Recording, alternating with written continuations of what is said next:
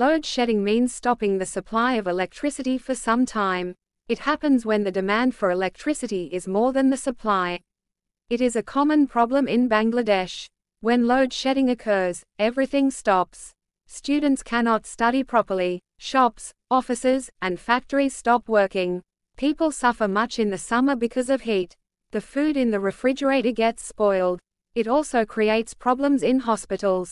Load shedding wastes time and reduces national production. To solve this problem, we should save electricity and stop misuse. The government should produce more electricity and use renewable energy like solar and wind power. If everyone uses electricity carefully, load shedding will be reduced. Load shedding মানে কিছু সময়ের জন্য বিদ্যুৎ সরবরাহ বন্ধ থাকা। এটি ঘটে যখন বিদ্যুতের চাহিদা যোগানের চেয়ে বেশি হয়। এটি বাংলাদেশের একটি সাধারণ সমস্যা।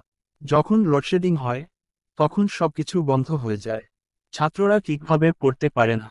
দোকান, অফিস ও কারখানার কাজ বন্ধ হয়ে যায়। গরমকালে মানুষ প্রচণ্ড কষ্ট পায়। ফ্রিজের খাবার নষ্ট হয়ে যায়। হাসপাতালেও সমস্যা দেখা দেয়। লোডশেডিং সময় নষ্ট করে এবং জাতীয় উৎপাদন কমায়। এই সমস্যা সমাধানে আমাদের বিদ্যুৎ সাশ্রয় করতে হবে ও অপচয় বন্ধ করতে হবে।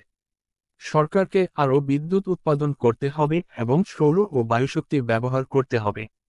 সবাই সচেতনভাবে বিদ্যুৎ ব্যবহার করলে লোডশেডিং কমে যাবে।